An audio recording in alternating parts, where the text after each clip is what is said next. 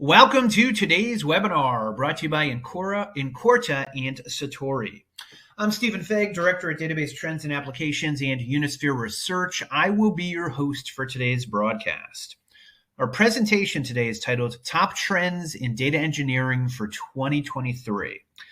Before we begin, I want to explain how you can be a part of this broadcast. There will be a question and answer session. If you have a question during the presentation, just type it into the question box provided and click on the submit button. We'll try to get to as many questions as possible, but if your question is not selected during the show, you will receive an email response. Plus, all viewers today will be entered for a chance to win a $100 Amazon gift card just for participating. Now, to introduce our speakers for today, we have Cameron O'Rourke, a Senior Director of Product Strategy at Incorta, and Eldad Chai, CEO of Satori. Now I'm going to pass the event over to Cameron to get us started. Welcome to the broadcast, Cameron. Well, thanks, Stephen. Really appreciate it. Glad to be here. Just going to jump right into it, I think. For my part, going to talk a little bit about, these are at least my observations as leading product strategy at Incorta. I speak with a lot of users and analysts and attend a lot of shows, and these are the customers. These are the sort of things that I'm seeing lately. Maybe not all the trends in data engineering, but the big ones. Going to just kind of run through these pretty quick here. So the very first one I wanted to bring up is this, the idea of the lakehouse, and not just the lakehouse, but the agile data lakehouse. And I skipped a slide here. I'm going to go back one. There we go. So this is a picture. What we're looking at here is a picture of a typical modern data pipeline. Okay, I'm going to belabor this slide a little bit and move a little quicker through the others. But you have here the typical kind of, levels of bronze, silver, gold, or a kind of a raw data zone, refinement, and a business zone. And what's happening is, data is copied from your business data sources. You got your, NetSuites and Oracles and other large business applications, and the data lands into a raw zone, which is typically a data lake. And the main objective here is to ingest the data quickly, right, and efficiently as possible, and that keeps the data in its native format. And what you notice there is we're retaining 100% of the data, right? It's all raw, it's all there, right? And so next what we do typically is we refine that data. So we might combine it, maybe we have different regions, we might harmonize it, filter it, might transform it into a slightly simplified, structure, and we make a copy, right? And we store that, sometimes in a data warehouse, in some cases, different functional areas of the business might have their own data warehouse, and you often end up, with different copies going on, right? And you can see the complexity starting to rise, right? And the key thing to remember here is that as you're doing this, that data warehouse has to be designed with a purpose and some requirements ahead of time, right? That's where we begin to lose agility, and we also start to lose some of the data, because as we start to squash that data down, we start to lose detail, and we start to lose maybe our ability to trace back where the data is coming from and really do things at a granular level. But anyway, next to data, along the path, it's typically gets further aggregated for business consumption. It might be going to a star schema or dimensional model, and it may be fractured into a lot of small data marts, for either performance or security reasons. And by this point, you've got a bunch of data copies. You maybe have 10%, if you're lucky, of your original detailed data remaining. And, you just have to ask, by the time it gets out to the end user there, what do they have left? And how long does it take the data to travel through this process? And how fresh is the data? And, by the time the data gets to the user, have they completely forgotten about what their original question was and maybe have a new question, and we get to begin that process all over again. And what's crazy is we've been doing essentially this model for like 30 years, and it just affects so many things, our accuracy and timeliness and the flexibility, being able to, being able to ask the questions as a business user that you want to be able to ask, right? And so one of the principles behind, this sort of agile data like is doing more with less. And you might be thinking, like, how does this work? So So what we want to do is that, we want to land the data in its original form and retain that original form, and then apply different use cases and workloads to the data essentially as it is, right? And this means that different analytics users and different domains can have access to all the data they need pretty much in the format they're used to seeing it in their applications. Other lines of business might use the data differently. And other groups like data scientists, and they really like original detailed data, right? They usually want the raw data. And so they have lots of it and they can use that data directly.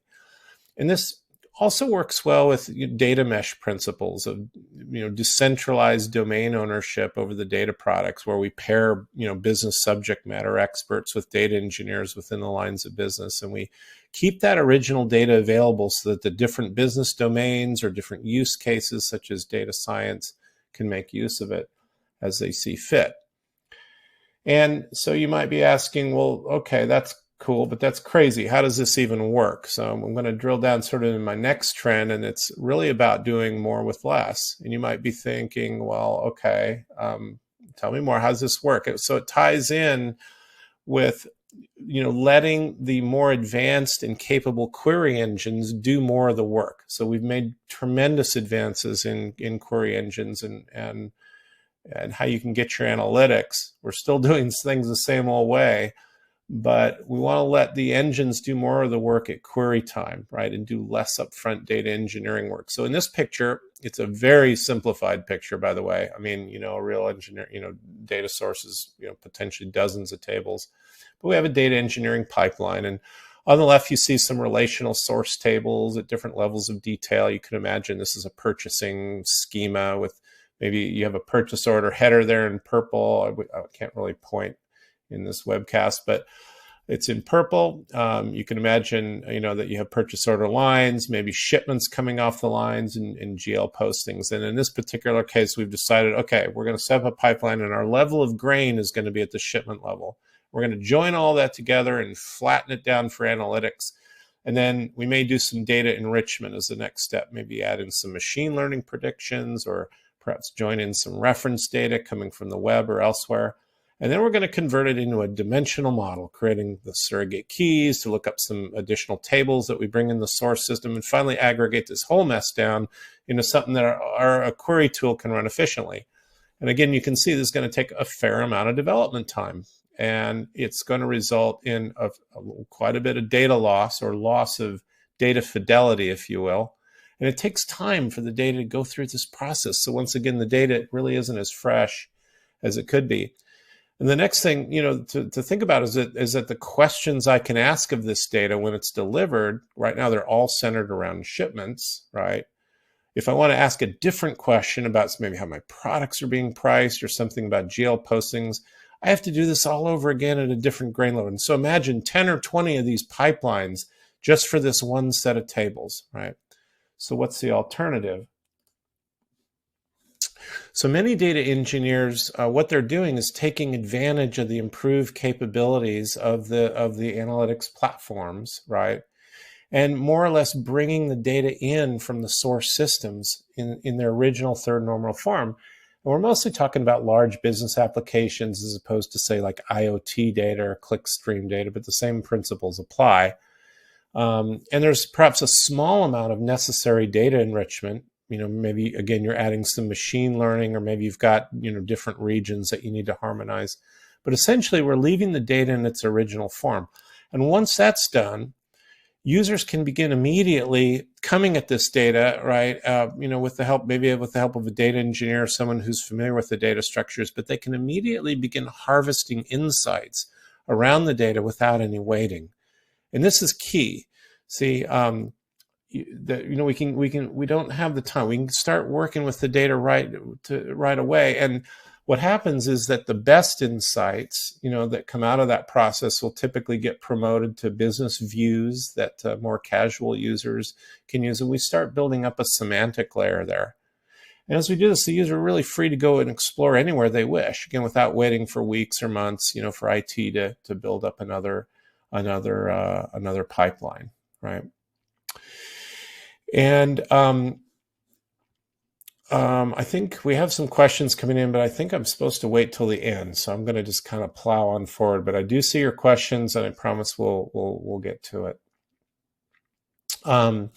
So let's see. So the next, and this ties in a little bit to this next topic, which is that I'm seeing, is this emerging idea of the metrics layer, right? And what's going on is, today, they're consumed by this whole variety of different clients and workloads, right? And these applications, they're all looking for answers, to measures like revenue or margin or expense, or metrics like, like say day sales outstanding is a good one, or ARR, right? Annual recurring revenue.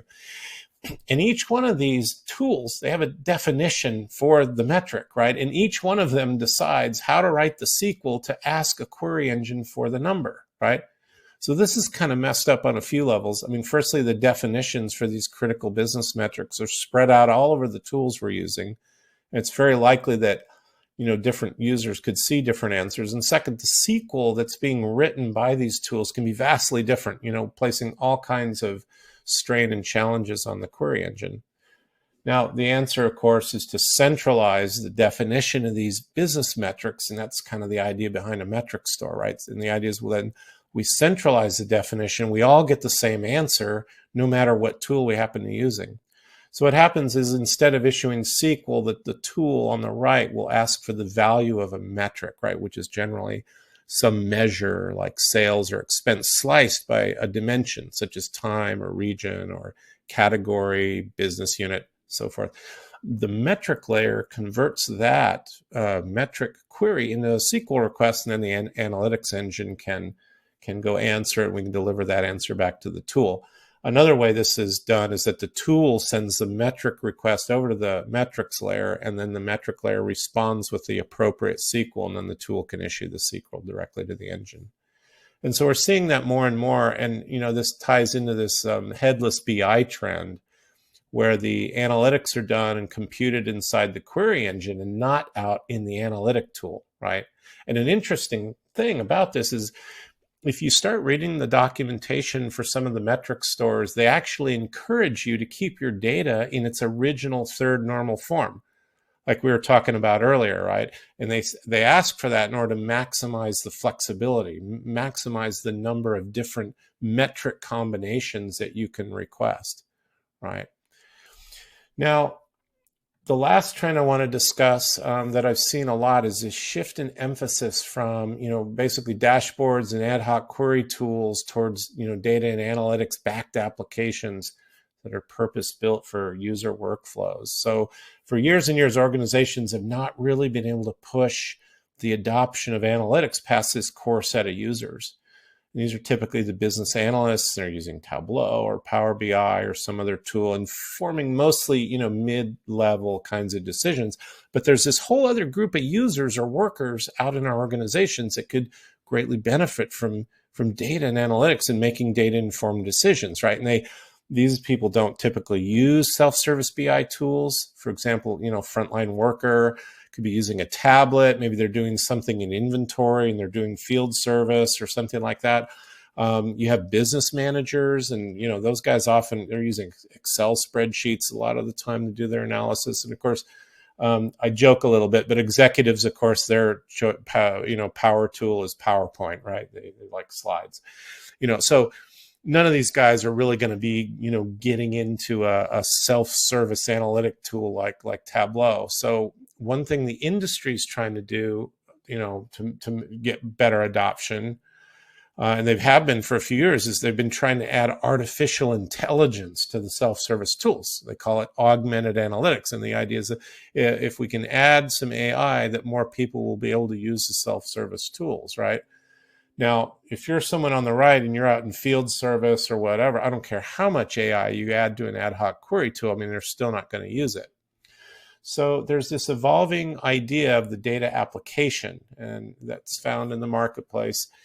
And you start with, sort of different applications and components. There's usually some kind of catalog that you can search to find these together, and then a bunch of, components that get pulled together in a solution, built on this data and analytics substrate and its various application services like the ability to collaborate or participate in a shared workflow, or maybe the ability to receive real-time events and take action on the information you're receiving. And then, of course, underneath down near the bottom is a strong analytics platform with all the various IT flavored goodies, running on top of some cloud platform. And I apologize for the B2C example I have pictured here, but here we see an application, and it's obviously part of some workflow, right? The user's trying to accomplish something in which we need various pieces of information, some of it simply being reported, some of it requiring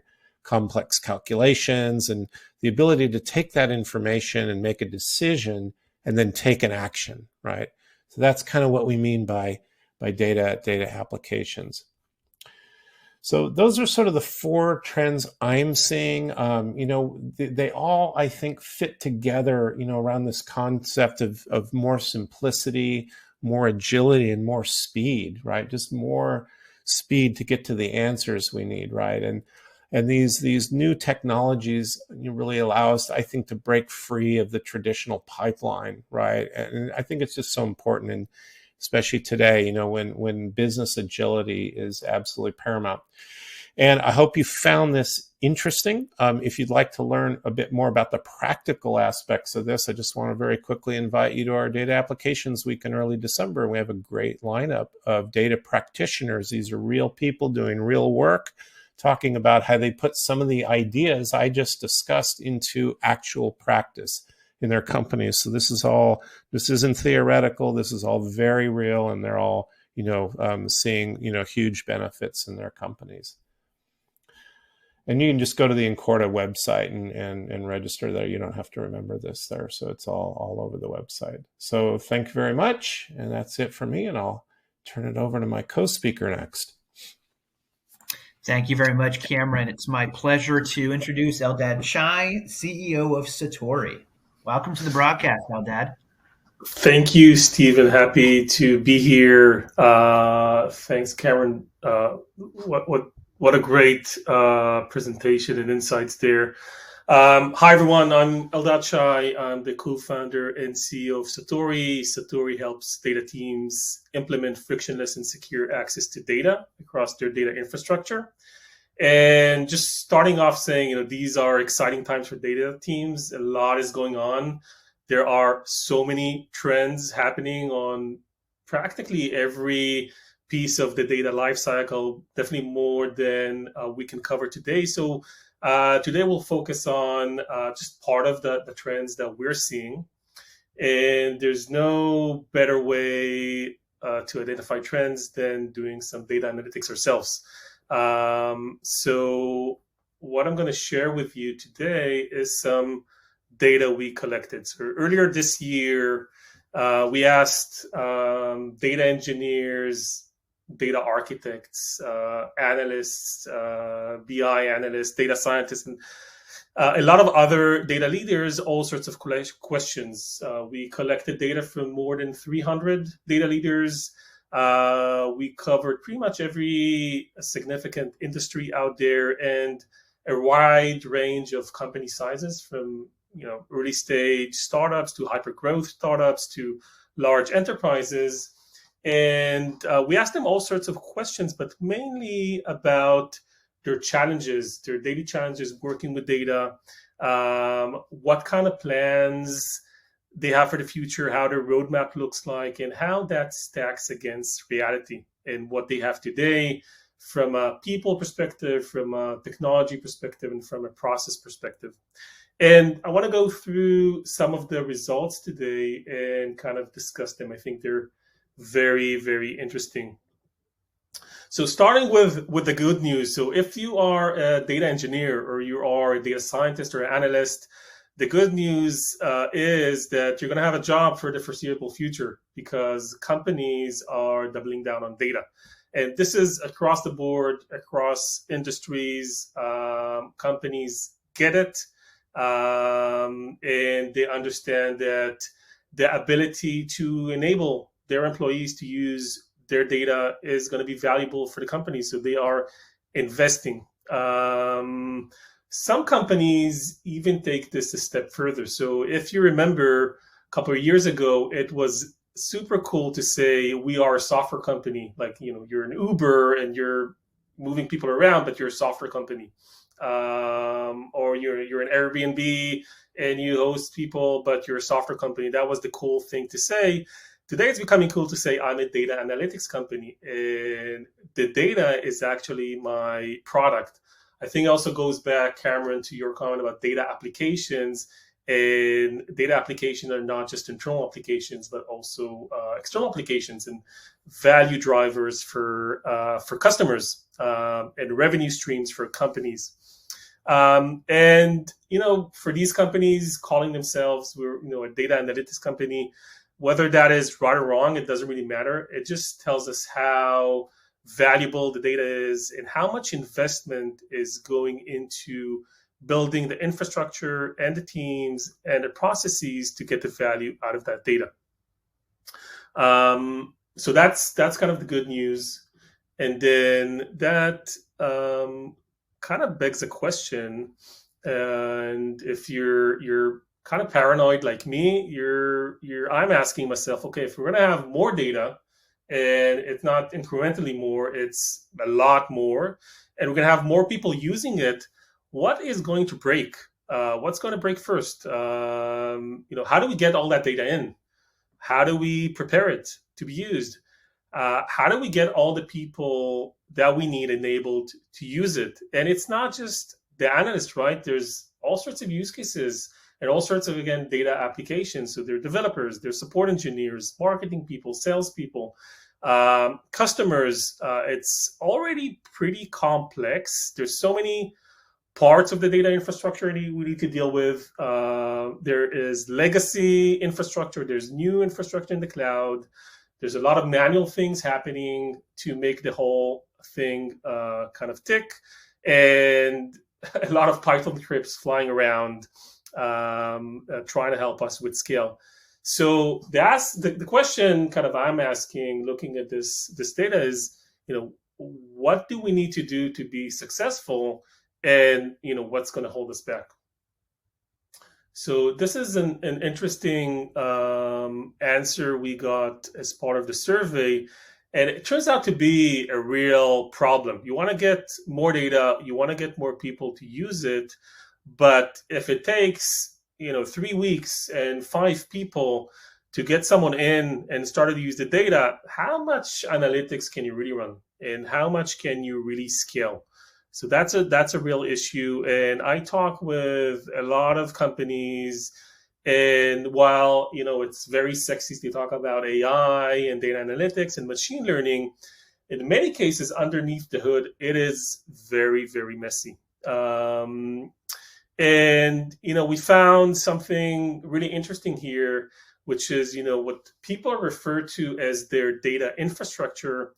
It's not 100% an infrastructure yet. We'll get there eventually, but it's not a infrastructure yet. And in some cases, I want to say even in many cases, it's an eclectic set of tools pieced together with all sorts of manual operations and ad hoc integrations. And for that aspect of enabling people to use data, that part is mostly manuals. And that means that someone needs to take a manual approach, and that someone is usually someone's to make data accessible, and you're not going to be able to scale that way. And that raises another question, which is why? If this is so important, if data analytics is going to be our revenue driver for the future, why is it manual? Why is it hard? Is it not important? Maybe there are other parts of the data lifecycle that are more important. Is it a matter of maturity? Maybe it's just, technology is going to get there. Maybe it's just the teams and they're maturing. Why is it so hard? So we actually asked that question. Why is it hard? And we got some interesting results. And it turns out that the issue many companies are facing is kind of interesting and kind of a paradox. The more value in the data, usually the more protective the company is. So the more valuable your data is, actually, the more you try to put in barriers for it to get out and maybe be misused. So it's kind of a paradox here where companies that have tons of data that is very valuable, usually that would be customer data they're running analytics on, or financial data, or whether maybe that's their intellectual property. And they collect it and they try to protect it. And while trying to protect it and make sure it's used in a safe way, they're actually kind of slowing down themselves, because the people, their employees, they actually want to use that data. That becomes really, really hard. So it sounds a bit weird, but that is what companies are facing. And they have a lot of valuable data, but they're kind of torn between, we want to be productive, but we also don't want to get into trouble. And the larger the company is, usually the harder it gets. If you're going towards an IPO, if you're acquiring and serving large enterprise customers, if you're under all sorts of regulations, think about financial organizations, healthcare organizations. And if you work for one of these, you know how much you need to go through to get access to data and how hard it is. So in a sense, that is kind of slowing it down. And that is why in kind of a weird way, the companies that can use and leverage data the most are actually the ones that are slowing down its usage the most. So in addition to that, we also found that it's a big overhead for the data teams, and actually slowing us down when we think about how we manage our data infrastructure. And sometimes what we saw interviewing some of the survey respondents, it's sometimes overlooked, the overhead that is involved in managing security and access, but it adds up. And what we found is that, what you see here is, more than half of the companies spend more than 10% of the time on security operation stuff. And that all these small operations, granting, revoking permissions, enabling access, securing the data, building all sorts of secured views, changing the data schema because of some privacy regulation, actually slows the teams down. It's a lot of context switching. And it is very, very time consuming. It's also very ad hoc and kind of manual. And again, this is driven by the fact that, again, the valuable data is also data that you want to keep close and secure. And there is apparently no easy way to do that. And companies are spending a lot of their time, data teams, are spending a lot of their time managing through that.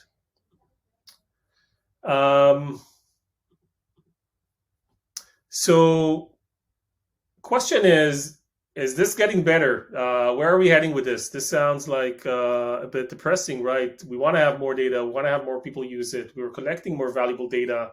How do we get out of this and be more effective? And the sad news is it's just going to get worse, because if you're in the US, the US is even a bit behind Europe in terms of privacy regulations. They're going to that's going to increase very, very soon. And premiums that companies pay on cyber insurances is skyrocketing, and the scope of what is considered sensitive is increasing. IP addresses are now considered personal information and needs to be protected. So kind of everywhere we look, the risk of losing the data is becoming higher and higher. And companies react to risk, especially if you ask C-level executives. They're trying to manage risk, and when there is risk, they're going to react to that and make it harder. So kind of, are we all doomed to wait 3 or 4 weeks to get to the data. If you're an analyst, you know what I'm talking about. Is there any good news here? So actually, there is some good news, and if you look at other parts of the survey, there is a different breed of data teams, and these teams are really, really different. If I want to boil it down to one thing, and this is a really interesting trend, is that data engineering is slowly becoming more like software engineering. And I don't want to insult anyone, and I don't want to take SQL from anyone here, but a lot of the scanning issues that application development suffered from, 15 years ago, that led to what we know today as DevOps, is now happening with data. And we see more and more data teams adopting DevOps-like practices, especially around automation and treating configuration as code taking place within these teams. And what we saw within our surveys, these teams are the ones that are really successful in getting to people to data quickly. Again, mainly around automation, and that is kind of the key element. It's not trivial. It's not trivial to do. That's why not everyone is doing it.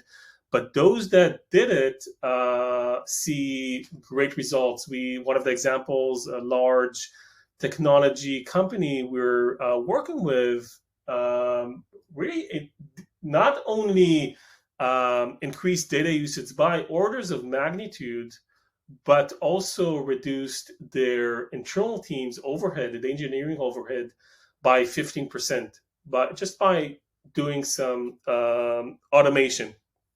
Again, it's not necessarily easy, and it is an evolving field, but it is there, and the benefit is huge. So what does that mean? What does it mean to automate these parts of the data infrastructure? How does that look like for those teams? And really, boils down to three things. If you want to enable people to access data, and this is what these teams are doing. So basically, they moved from looking at the world of data access, something static, mainly roles and permissions we're going to give to people, and they put in a framework where anyone that needs access to data can find it and get access to it just in time. And that really changed the dynamics around data access. So it's no longer climbing a mountain, trying to find the data that you need, and then going through the cumbersome process of getting access to it. But really, it is the data consumer experience that is the core, and that is the way they designed their infrastructure with that data consumer experience in mind. They took out all the manual operations. They moved to almost 100% self-service. No need for a DBA to go in and run some SQL commands to enable someone to get access to data. It is automated. Again, not necessarily easy to do, but the impact and value of that is immense. And then finally, going back to my comment about data infrastructure not necessarily being an infrastructure yet, and more of a set of tools pieced together, they realized that an infrastructure has to provide services, and security is one of those. And instead of bolting that on what they have built and then that becoming a constraint and a restriction, they took the time to think through security as a service within their infrastructure and how they can streamline their security operations so they do not get into the way of what they really want to do, which is build amazing data pipelines and run analytics. So I'll leave you with that. I think the main takeaways, again, data engineering slowly becoming more like software engineering, how automation is key, how to build in, how companies are building all sorts of services, including security and access control within their data infrastructure as a service, and how that is impacting the business. if you want to learn more about Satori, feel free to go to our website. This is kind of what we do for companies. And if you're interested in the full report, there's many other questions and more analytics. It's on our website, so feel free to go in and grab that report for yourself. So I hope this was interesting for you guys, and thank you for attending. And Stephen, I'm going to hand it back to you. Thank you very much, Eldad. Okay, so at this point during our webinar today, we're going to have more of an open discussion. So I have some questions I'm going to pose to both Cameron and Eldad, and we're going to kind of dive into things a little bit further. And after that, of course, we will tackle attendee questions as well. But to start off, Cameron, what is the biggest challenge you're seeing in data engineering today? I mean, it's probably not a fancy challenge. I mean, just talking to, users and people by a huge margin, it's just simply having access to the data. I mean, so many, business folks and others just are so frustrated being able to get proper access to the different systems and data. And some of that is some of the things I talked about, just the long pipelines and the effort and everything involved. And some of it has to do with some of the things that Eldad talked about, a lot of the security and governance and getting access, and so I do think that, the technologies are evolving to, help solve that problem. It's just a question of changing your thinking a little bit, I think. Understood. So you did basically check mark in the access column in terms of getting that data, getting it faster, more widespread use. Yeah, for sure. It's just thinking of it in a little more, agile, a little bit more pared down way. We've been trying to achieve one of the attendees, asked a question, we've been trying to achieve this perfection in models and everything for, 30, 40 years, as long as I've been in the industry, and it's never worked. It's never had good results. And so it's really, I think, and I'm, hearing a lot about data mesh, and it's a very exciting topic. And that is sort of a framework that seems to be getting it right. Understood. Okay, Eldad, what about you? Biggest data engineering challenge you're consistently hearing about from customers and prospects? Yeah, I kind of second what Cameron said. The way I see it and kind of visualize it is, you're trying to punch a hole through a lot of layers between the people that actually need the data and the data. And I think removing these layers or punching that hole through all that complexity is one of the biggest challenges. And that comes from many directions, like how many transformations does the data need to go through to be actually usable? And I think, in Cameron's presentation, there's some interesting concepts. How can you actually remove that complexity? So let's not make the transformation faster. Let's not make them smarter. Let's just remove them completely and get people directly interacting with the data.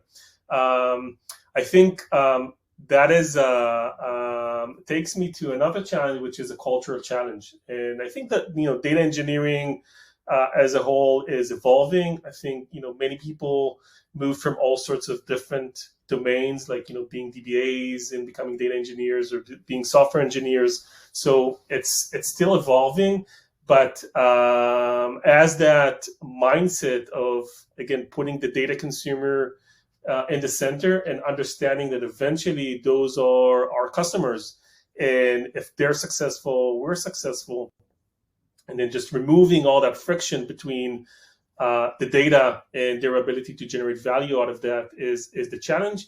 It's a lot of things. It's a process, it's technology, it's people, but that's kind of how I view it. Understood. How can organizations balance the demand for greater access, the demand in a lot of cases for self-service type access, with the need for, of course, governance and security? Eldad? Yeah, that's a great question, and it's definitely a big challenge.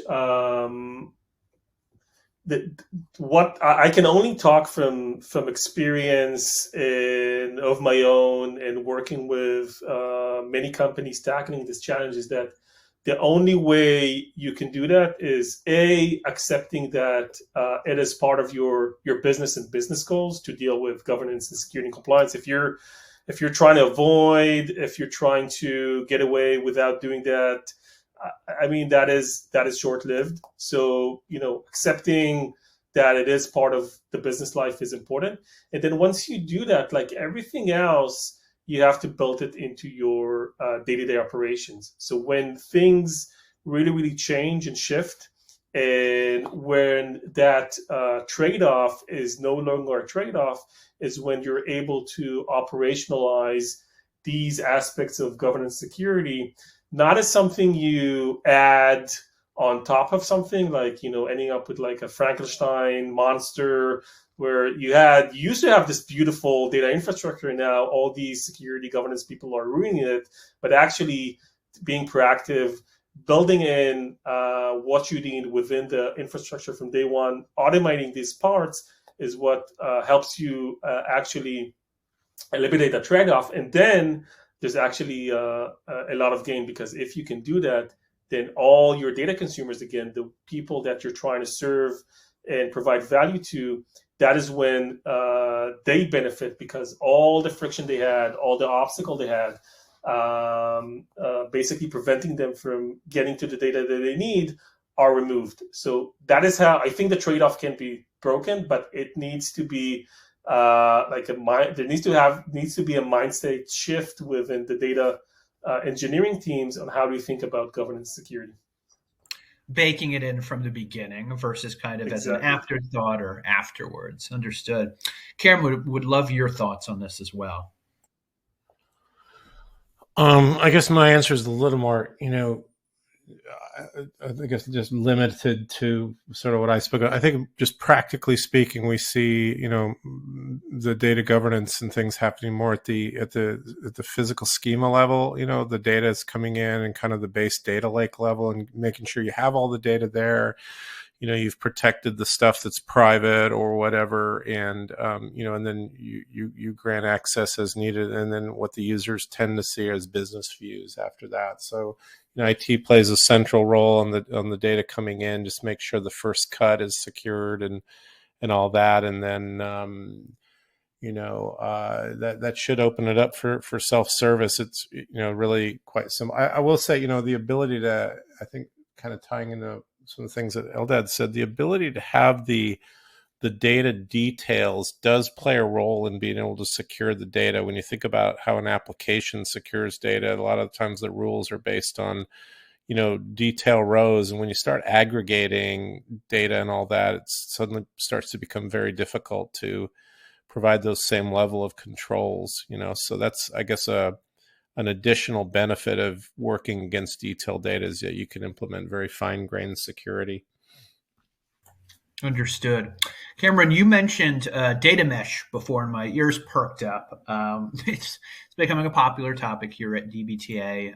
In addition to some of the other next generation quote unquote architectures, whether we're talking about the data lakehouse or the data fabric, what considerations should companies really keep in mind when they're looking at new data architectures, when they're looking to modernize and they're kind of sorting through the different options that are out there now? Yeah, I mean, the thing is that, none of these things really work well.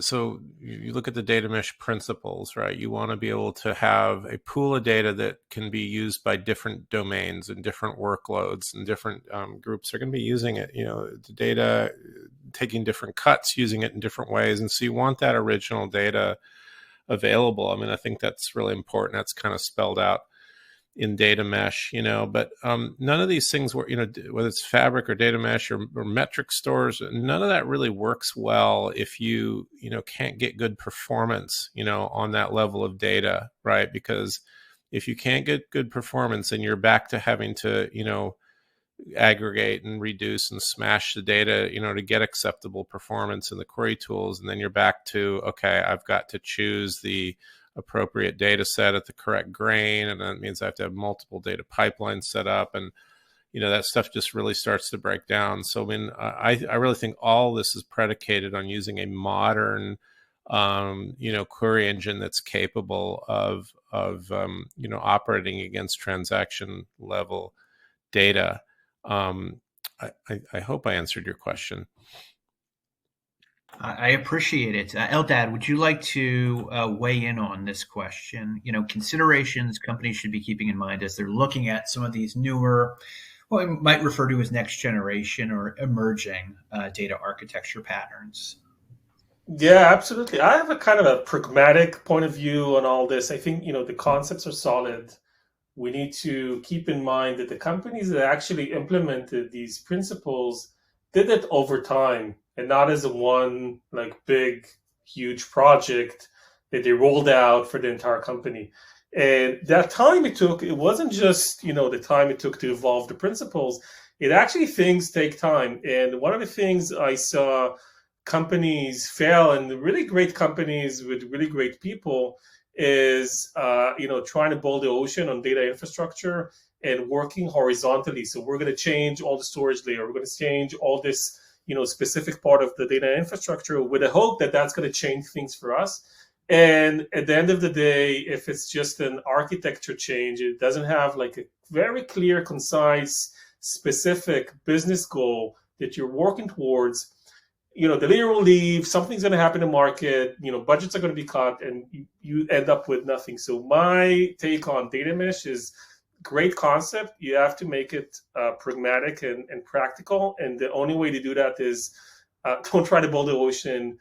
Focus on one thing, one team, one data flow, one use case, solve it for them, learn, show the value, and then expand. That's kind of my take on the whole concept of data mesh and similar. There's a lot of similar principles. Understood. Based on our research at DBTA, cloud adoption really accelerated during the pandemic. Companies today have a lot more data in the cloud, and an increasing number of enterprises, we see they're adopting hybrid and multi-cloud environments. How is this impacting data engineering practices? And do you think cloud native solutions are going to kind of become the future status quo, when it comes to the IT infrastructures companies are relying on? And Eldad, why don't we start with you? Yeah, I think it's already there, right? If you look at where companies are spending their funds and people's time, it's on cloud data infrastructure. I don't think that on-prem data infrastructure is going to go away, just as IT, traditional on-prem IT and application development on-prem didn't disappear completely, but there is a strong use case for data in the cloud. And if you want to look at like an unbiased, very simple metric is look at the Snowflake stock ticker value, and you can see how that looks like in real life. And so definitely there's a use case, and that what I saw for companies that move to the cloud is really an acceleration of their processes, their innovation, their projects, just because it takes away all the layers you had to deal with on-prem that were holding you back, like buying servers, like planning in advance for scale, like your ability to automate, your ability to integrate with all these tools that don't necessarily exist on-prem. It became like an accelerator for innovation. So I think it's amazing. I think it's an amazing time for data teams and data analytics in general. And I think the cloud has a huge part in that, in making it this amazing era for data. Understood. Cameron, do you see things the same way?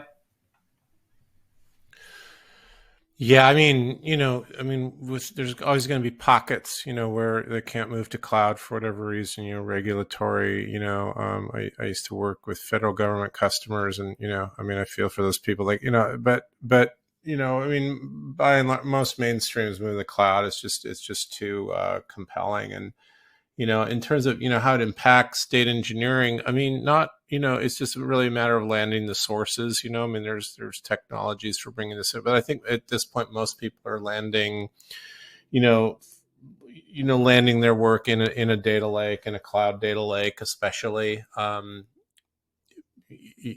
I mean, I don't see a huge impact on the practices themselves. More, it's more of an infrastructure question. Understood. Before in your presentation, you were talking about low latency. We talked about, getting folks greater access to data and quicker access. What are some of the biggest use cases you're seeing driving the growing demand for real-time analytics? Oh, wow. Yeah. So a couple of really good ones are both in the finance area. Mostly because they have to do, monthly close cycles, and usually they're doing monthly close cycles, and they have a few days that they have sales landing and things like that, and a lot of our customers, they really benefit from the ability to really quickly cycle data in, even as quickly as in 15-minute increments, and see those results coming in, just be able to resolve problems at the source and so far. So, I mean, that's a great example. Another one is supply chain. Of course, there's so many parts of the supply chain where you need pretty up-to-date visibility into what's happening to make the right decision. And we see customers really benefiting from, having that fast cycle time. So real-time analytics as a term is more about, I can do ad hoc analytics. I can explore the data. I can, move around the data. I can drill up. I can drill down. I can drill across. I can,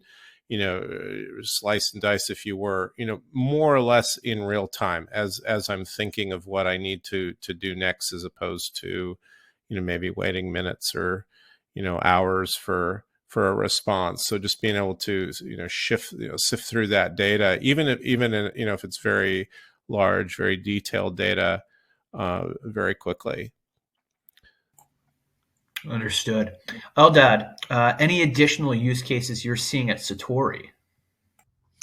Yeah, I think as I alluded to earlier, like we're seeing more and more industries built on top of data as their core value generation, their core value proposition. Again, fintechs are a great example.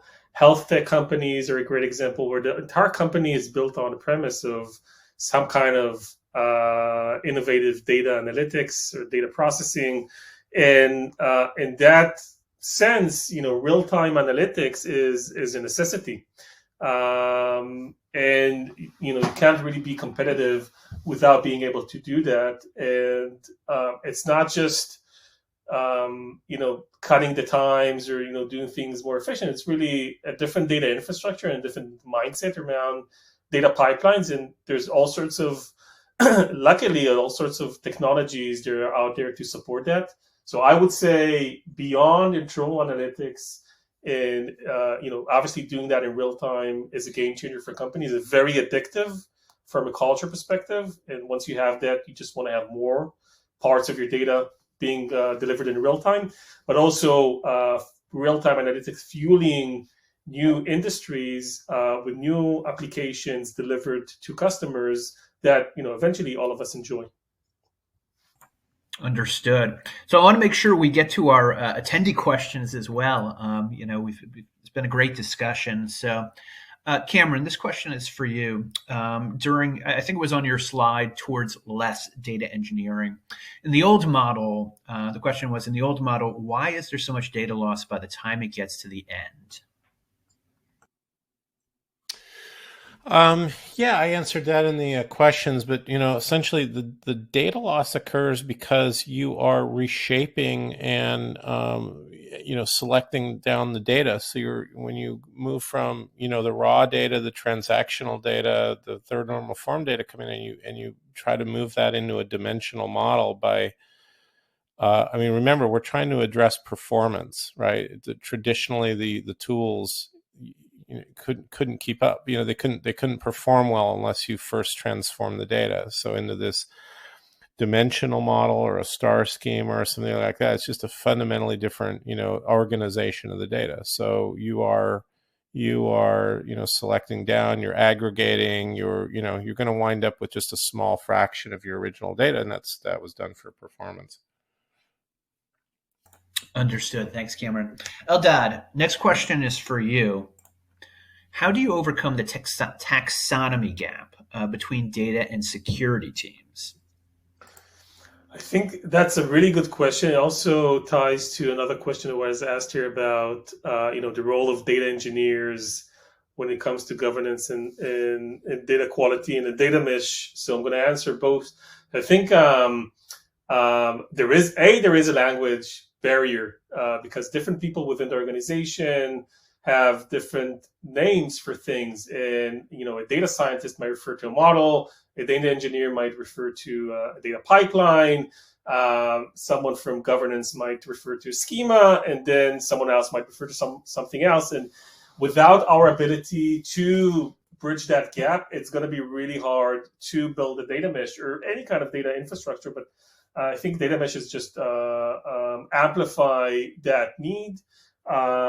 So bridging that language barrier is important. And for me, what I've seen, the anchor is always the business context. So if you have a good business context for the data that you're using, and it's not hidden beneath so many layers of transformations to the extent that it loses its business context, then you have a good chance of